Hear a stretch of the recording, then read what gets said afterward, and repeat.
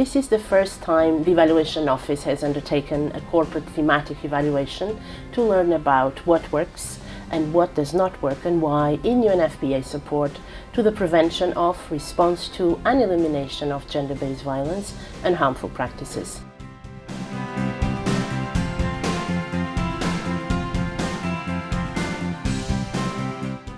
The evaluation offers 48 findings, and those findings cover the following themes: alignment of UNFPA support with international, regional and national normative frameworks and national needs, contribution to development results, organizational efficiency, sustainability of benefits beyond UNFPA support, humanitarian action, the work on shifting social norms and behavior change, and advocacy and partnerships.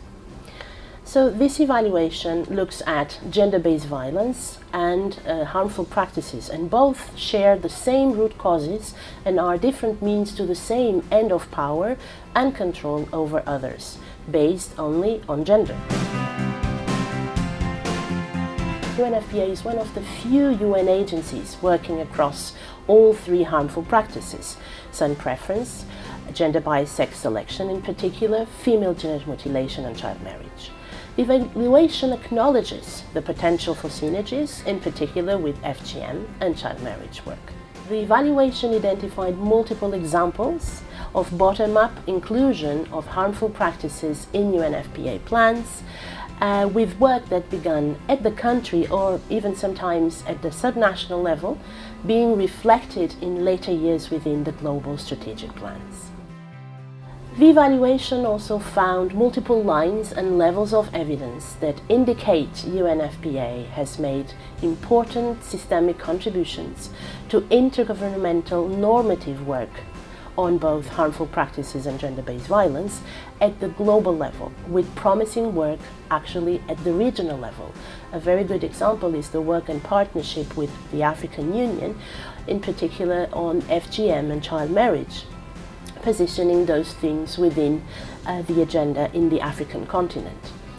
UNFPA has developed areas of expertise and experience which are shared with other United Nations agencies, for example, on social norms with UNICEF, on health systems with World Health Organization, and structural causes on gender inequality with UN Women. These have been a source of both collaborative strength as well as interagency competition. Nevertheless, UNFPA remains unique in its synergetic combination of two main attributes. One, programming at the intersection of gender-based violence and sexual and reproductive health is a core comparative strength. The health sector response, especially in terms of the clinical response, is the most tangible contribution of UNFPA to quality accessible services.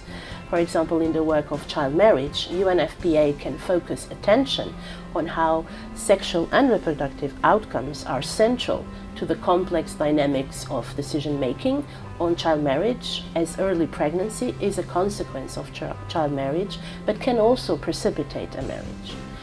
And the second point would be on the producing and analyzing and leveraging population-based data for advocacy on harmful practices, namely child marriage, son preference.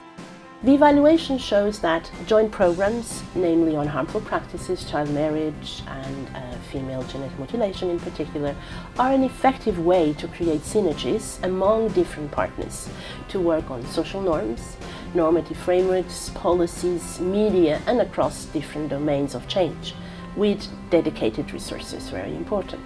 The evaluation found that nearly all of the examples of multi-country programs related to harmful practices acted as important structures for aggregating and disseminating knowledge about what works, including through South-South exchange. Examples include the joint program on child marriage. The evaluation also found some encouraging examples on engaging with men and boys as actors of change, a very important area of work. An example, in Niger, the Child Marriage Initiative developed husband schools, which actually started in Niger but then moved to other West African countries. These schools seek to address some of the root causes of gender-based violence and harmful practices, and are relevant to frameworks that position men as agents of change. And finally, on the drivers of change, the evaluation also noted that drivers of change varied from region to region. For example, drivers of child marriage in Nepal are significantly different from the drivers of change on child marriage in Afghanistan. These structural determinants of marginalization and social norms that manifest in harmful practices even vary significantly, in some cases by state, in countries such as India. This calls for a specialized gender analysis in program design and, of course, specialized gender expertise and capacities. These recommendations are targeting, and whenever relevant, the harmful practices and also child marriage.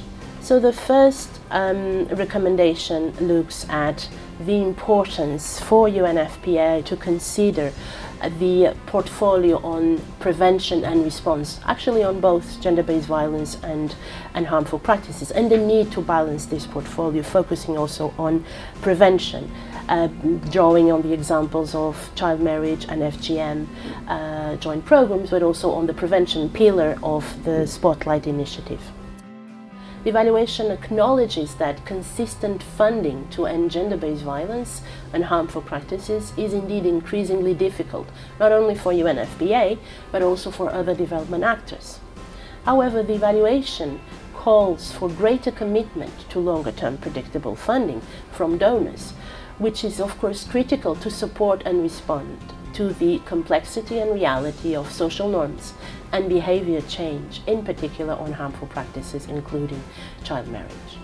Another recommendation, also relevant for child marriage, is on the need for UNFPA to strengthen the funding mechanisms across development and humanitarian settings as a means to strengthen partnerships, accelerate the implementation of the continuum approach, very relevant, and scale up innovation across the humanitarian, development, peace nexus.